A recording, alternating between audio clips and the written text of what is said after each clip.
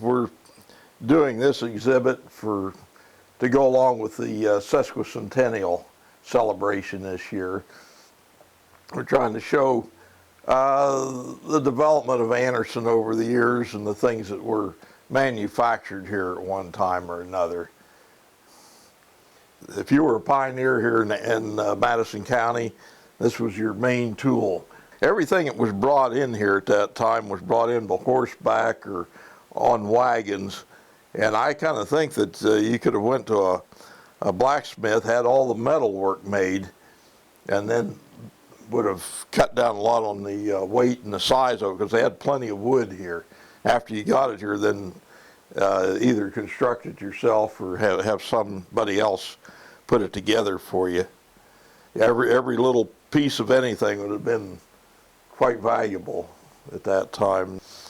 One of the interesting pieces we have in here is a receipt from our second courthouse, and it burnt down in 1880, and we lost all of our records at that time. But this is a tax receipt, and it's dated 1846. The interesting part of it is at the top it says Anderson Town, and that was what Anderson was called until 1865 when it became Anderson City. They dropped the city part and just went with Anderson. And it's something that somebody would have, it's their receipt, they would have carried it home with them.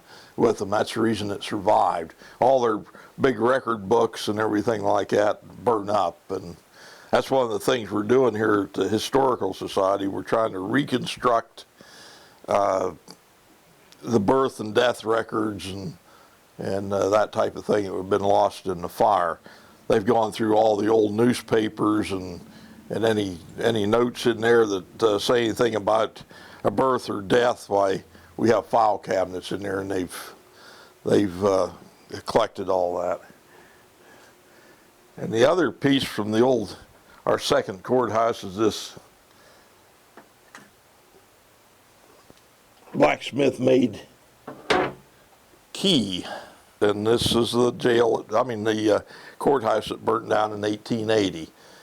And it was replaced by the courthouse, the third courthouse, and that's the one that was torn down in the 1970s, I guess it was. This is I brought this we had a school group in here a week or two ago, and this is a little boy's dress.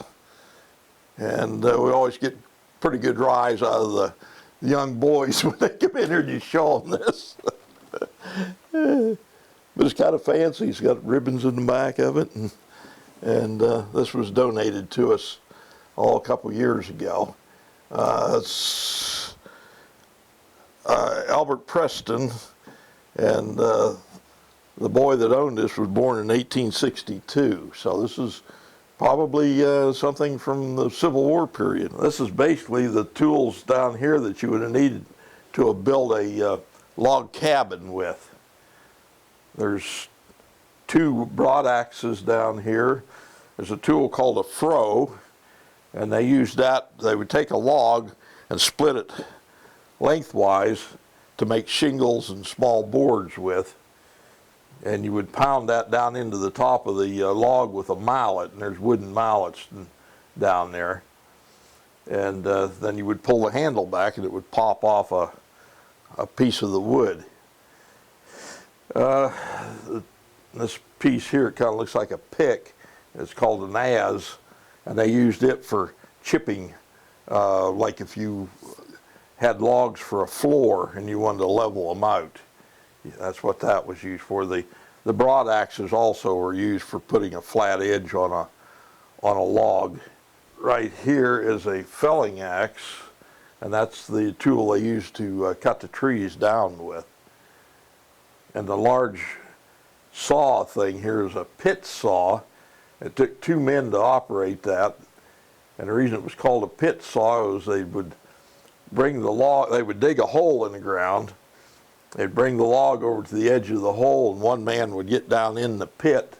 The other one would stand up on the top, and they would work together to make to cut a plank. This tool standing up here in the corner was a tool they used after you would cut the trees and stuff down on your piece of ground that you wanted to plow. All the roots and stuff would be left, and that's a tool they use for clearing roots and stuff.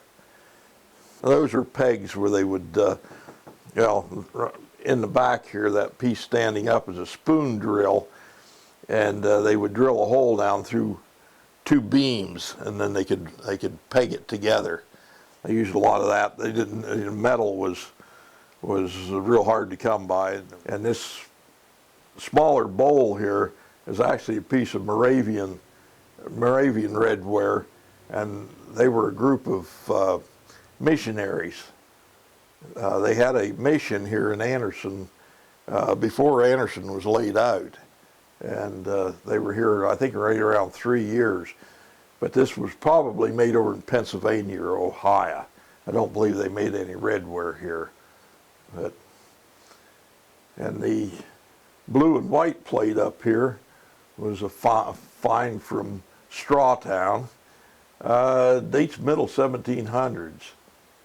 How it got here, I have no idea. It's really a rare piece. The little lamps in the front here are called Betty lamps, and they burnt grease in those. Had a little wick that went at the front of it, and wouldn't have put out a whole lot of light, about like a candle would have. I went through some books and stuff on early pioneers and came up with ideas on what an early log cabin would have looked like. And the fireplace back here, the flue on a fireplace, they would make that out of pieces of wood, small logs, and they would put mud in between it. And it was pretty common for those things to catch on fire. So they always kept a pole setting up against the back of the cabinet with a hook on it, and if it caught on fire, they could run out there and pull the chimney and everything down before it burnt the cabin down. They could always rebuild the flue then. This is the 1871 bird's eye view map of Anderson. It's the original of that is in the library here in town. It's a rare map. Smithsonian has a collection of bird's eye view maps, and they don't have this one.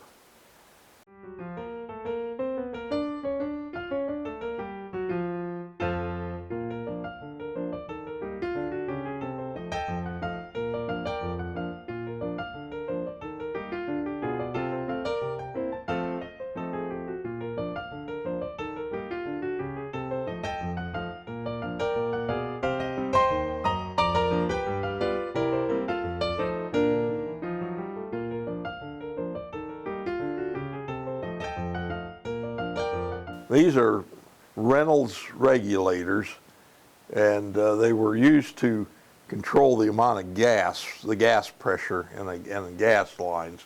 They were invented by Mr. Reynolds here in Anderson, and I imagine he became quite wealthy off of this. Patented in 1905, this one. This is a little later model, I think in the 30s. This is the Reynolds Home. It's over on Nichols Avenue, and that's a home that was designed and everything by Mr. Reynolds, and they lived there for quite a few years. This over here is a cutaway model of a Pierce governor.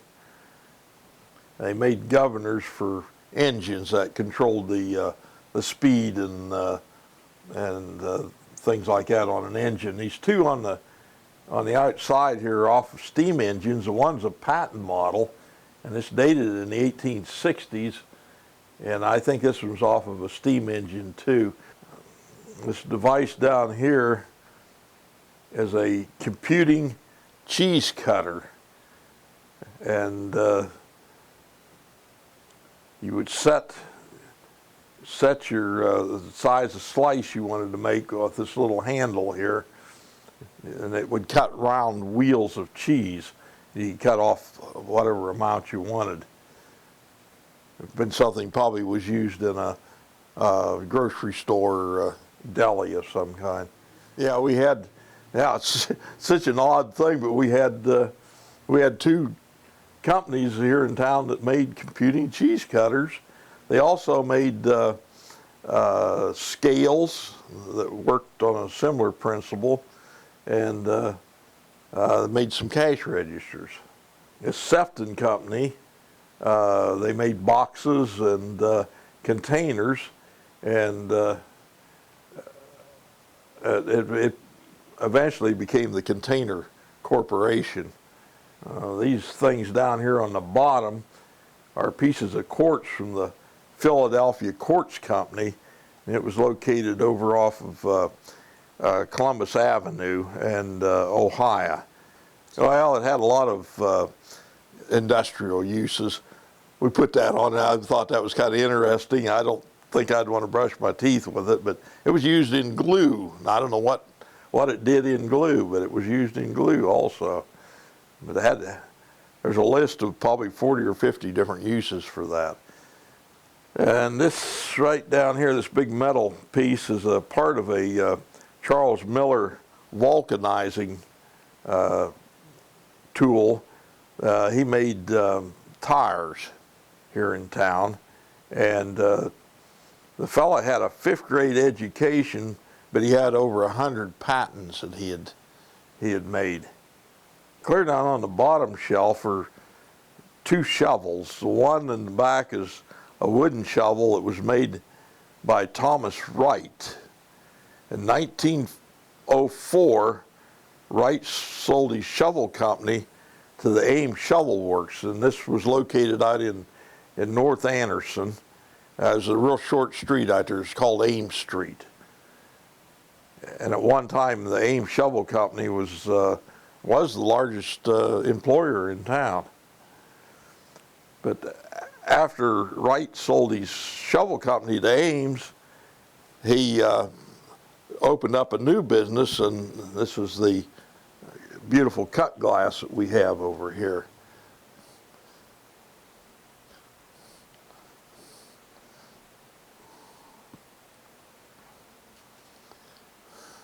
And this business was located at where Columbus Avenue and Ohio Avenue come together.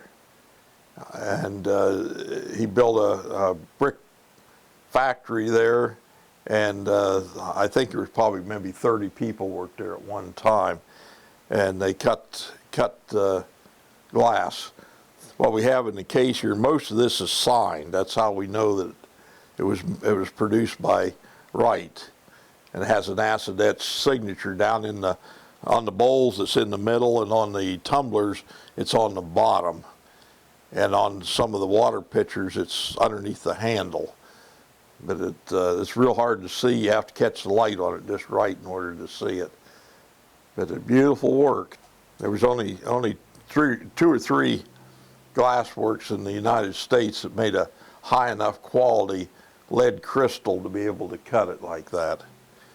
He was in business from 1905 to 1915.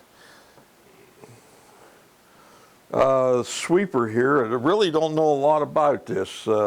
It's LeBoy 2 is the name on it, and it was manufactured on Madison Avenue here in Anderson.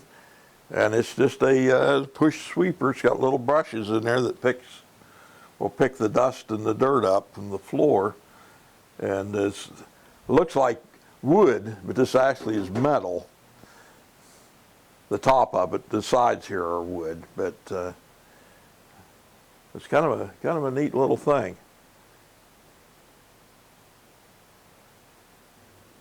There was just a lot of small manufacturers that made just little things like that, and that some of them were successful and some of them weren't. And that it's kind of seeing like a parallel in 2015 that's what the city's trying to attract is groups of small manufacturers instead of just one great big entity. I think a community's better off that way, because then you don't have General Motors moving out of town, leaving everybody without a job, you know. Now this is a Irish mail, and it was made here in Anderson by the Hill Standard Company. We're guessing that this is probably dates around 1915, 1920. Extremely nice example of it. Most of them have been played with a lot, and all the stencils and the paint and everything will be gone off of them. The wheels will be messed up and everything. But this here, when the only thing I could find wrong with this was missing one hubcap. But this was made by the Hill Standard Company here in Anderson, and Hughes Hill was the fellow that run the company, and he had a 4-year-old boy, and for a birthday gift, he made one of these and gave to his son for a birthday gift. The neighbor, they had it out playing with it in the front on the sidewalk out in front of the house. Neighbor seen it, and he wanted one for his son. And I guess that Mr. Hill sold it to him. I hope he went and got his son another one, but it ended up he made over 1 million of them.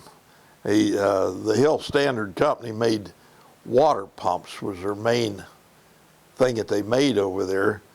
But after they got into making these, they made tricycles and a number of different models of the Irish mail. The Irish mail, right on the side here, has a stencil of a train. The train was a train that was over in England, and it delivered the mail from Ireland. And it was supposed to be at that time the fastest train in the world, and that's where they came up with the name, the Irish mail. But this here one has a stencil right up here on the handle that says Irish mail, Hill Standard, Anderson, Indiana. These were made at other places. There was a half dozen other companies that made a similar thing. The child would sit on that seat, and they'd take a hold of this handle, push it forward, and there's a ratchet underneath it, and they would push it forward and bring it back, and that's how the thing was operated. And the kid would put their feet on the front axle, and they could make the cart, steer the cart that way. This particular model is called the delivery model, and it's kind of the deluxe model of it. Most of them just have the seat. They don't have this box on the back.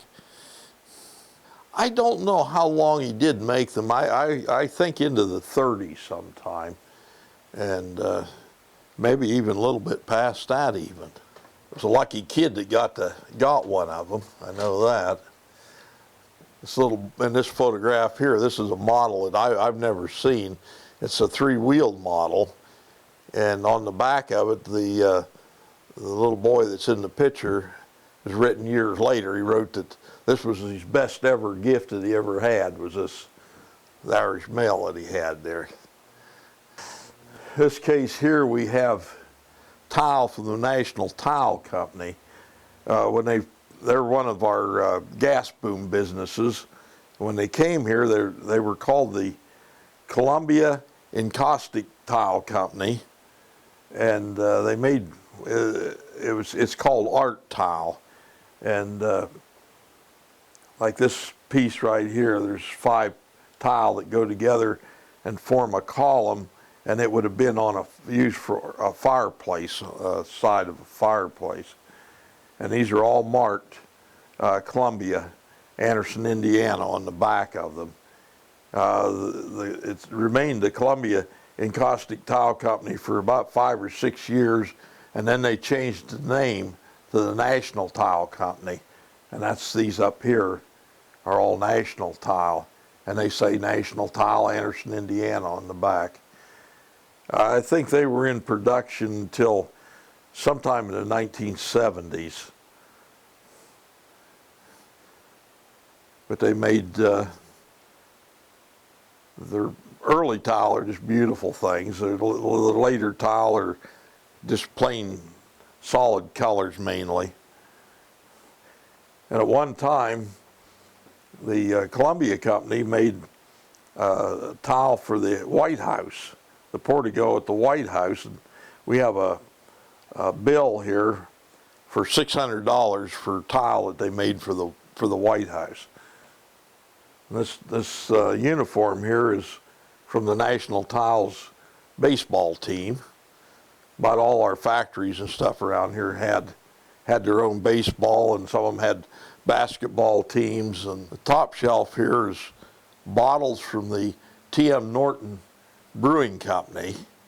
And Norton came from, he also came from Union City, just like Lambert did. And he had a brewery over there, and he came to Anderson in the late 1860s and started a brewery here. And the early bottles will say Norton and Crawley manufactures 3X Porter and Ale, is what the real early bottles say on them. But they made it through probation and went back into business, but they ended up closing in about 1935. That's when they made their last beer. We also have a barrel that's this barrel down here is a barrel from the Norton Brewing Company. I've collected brewery stuff since 1968, and this is the only barrel I've seen from the Norton Brewery. The second shelf here is the Ward Stilson Company, and they made robes and things for lodges and groups like that. The one over here is a lodge robe from the Odd Fellows. It's a lodge robe from the Odd Fellows Lodge. And they were in business, I think, until the late 1950s. I know my mother used to buy some dresses and stuff over there from time to time. During World War II, Ward Stilson made a lot of gas masks, and this is a gas mask case that was made over at Ward Stilson. Made a lot of things like that for the military. I don't know whether they made uniforms. It wouldn't surprise me if they did, but we have never found a record that they did. And the Nichols File Company, which was just tore down last year, and they were one of our gas boom businesses that came here in the 1890s. And when they first came here, they were called the Arcade File Works, and we're lucky enough to have a couple boxes that say Arcade File Works on it. And there's 2 files here that were made at the old Arcade Works. The rest of the things in here were made at the Nicholson File. Well, the barn beam drills were made by Mr. Lambert, and he came here in the early part of the gas boom period, and he came from Union City. That's right on the Ohio-Indiana line. Now, these 3 here say Anderson, Indiana on them, but there is one that does say Union City, so he was building them before he came here. They sold for around $9 when they were new, and they're a tool for drilling holes in barn beams to put wooden pegs in.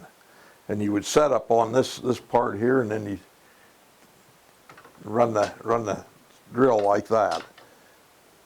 And this tool's called the Boss.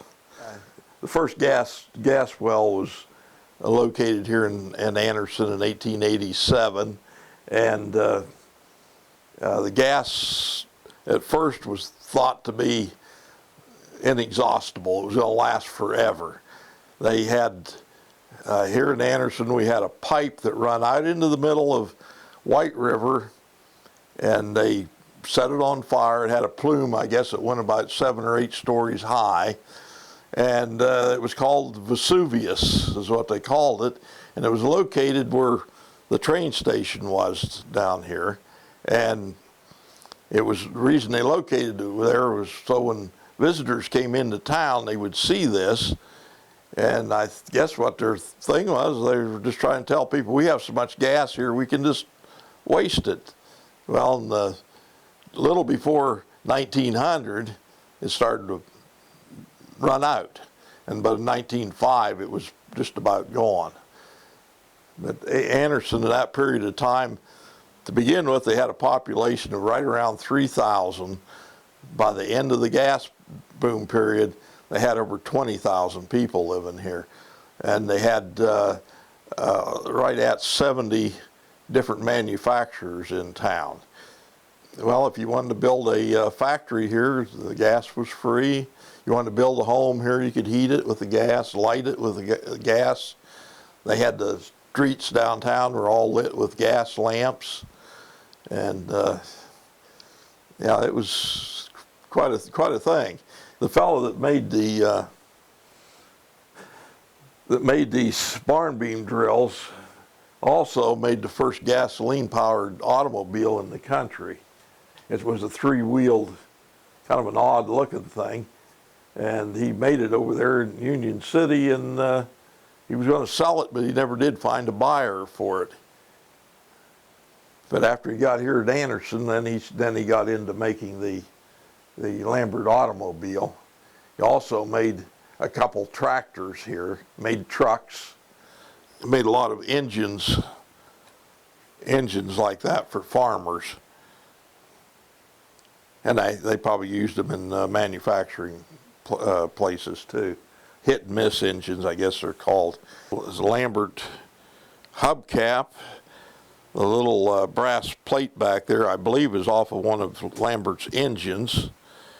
There's a medallion over there off of the Lambert automobile. And this big round thing here is a friction plate off of a Lambert automobile. And that's the drive part of the car. This is what controlled the speed and the direction the automobile was going in. Just a big hunk of metal that came off the engine, and then they had another wheel that went up against it, and it would make it go. There's a thing right here that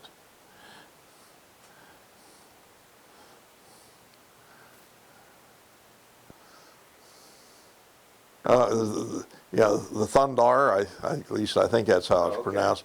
That was made by the Buckeye Manufacturing Company. That was a Lambert company. And really nice looking tractor. Over 20 automobile and tractor manufacturers in Anderson. And just kind of a representation here, the Nyberg was one of the larger ones. They made trucks and made vehicles for fire and police departments, made some nice looking cars. Okay, this was an automobile that raced in the 1913 Indianapolis 500 race, and it's a Nyberg. It was made right here in Anderson. And some of the other automobiles that were made here is the DeTamble and the Madison. They made another car there called the Dolly Madison, the Clark, and the Anderson Carriage Company, clear down on the end. We have that in our lobby down here, have an original of it.